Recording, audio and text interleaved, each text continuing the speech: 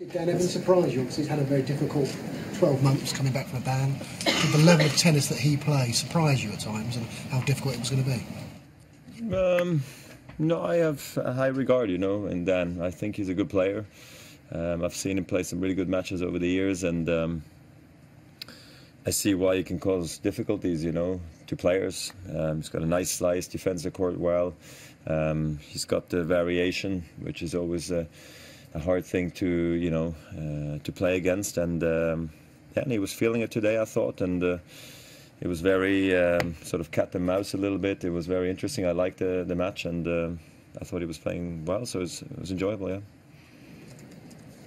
Roger, the new Dunlop tennis balls, some players have made comments that they're a little bit too hard and it's not easy to put good spin on them, especially at night and in cooler conditions. How have you found them so far? Well, I mean, they definitely play a touch different to the ones we've had the last couple of years. I do see what they're saying, at night the spin is not taking off tremendously.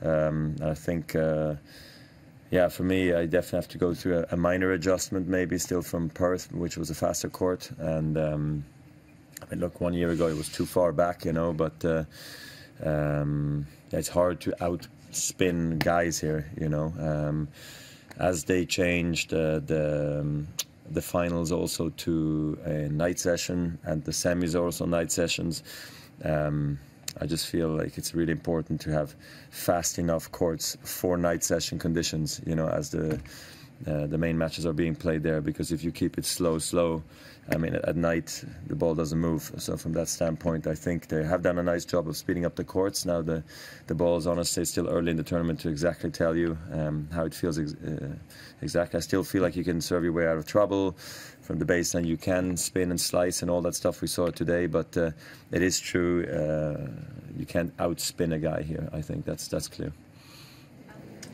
Dan was top 40. Obviously, he's quite a long way away from that now. What is he? I don't even know what it is. 189. Sorry? 189. Okay.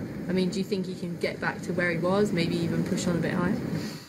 Yes, for me, I didn't even know his ranking. For me, he's a top 100 player, and once you're 80 or 60 or 40, you can be all those things, and beyond probably. I just think it's in the details at the end of the day. How much can you give to the sport? How much are you willing? Can you stay injury-free? Get your ranking up and be really there for the crucial moments. I think he can be top 50 again, no problem, yeah. Yeah, Roger, what was the joke you had with him in the second set? You had an exchange. Joke? Well, there was something about a baby crying or something, and he was... Really? Yeah. No? I didn't see that. You were chatting with Dan, you and Dan were chatting together. About the rain? The rain? Yeah. There was a baby crying? Was it? Oh. No. We were not joking, and there was no babies. So I don't know which match you were watching. But you were watching Senna, right? So no, I'm kidding. But I think it was about, maybe he made a joke, but I couldn't hear what he actually said, to be quite honest.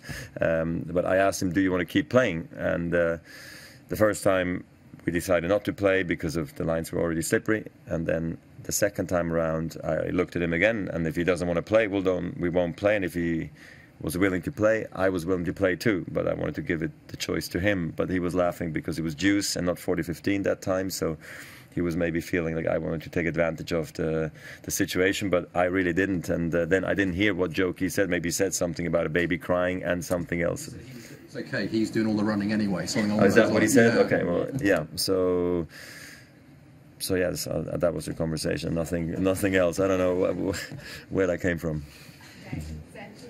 Roger, as it's working out this year at the Grand Slams, every match is going to end a different way. If you get like a tiebreaker, 7-point, 10-point, after 12-12, after the regular way they've been playing at the French. Do you think that's good for the game, or do you think it should be more uniform?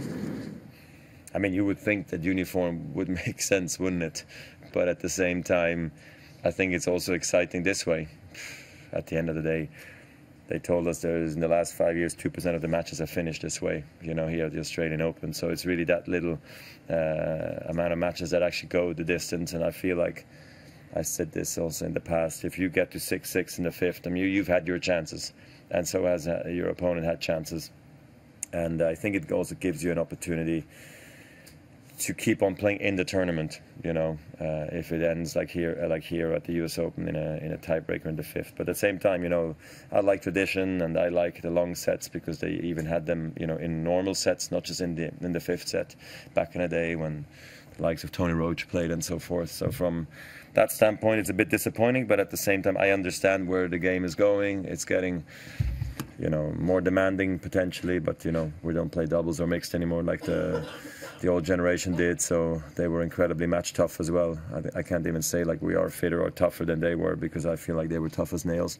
So yeah, I think it's actually quite funny that we have 4 different endings to slams, but it's all good from my side. I hope I won't be there anyway. And that's Novak said that at the start of the year, Novak Djokovic okay. said that you guys, the top 3 of Fab 4, are the favorites to win slams this year.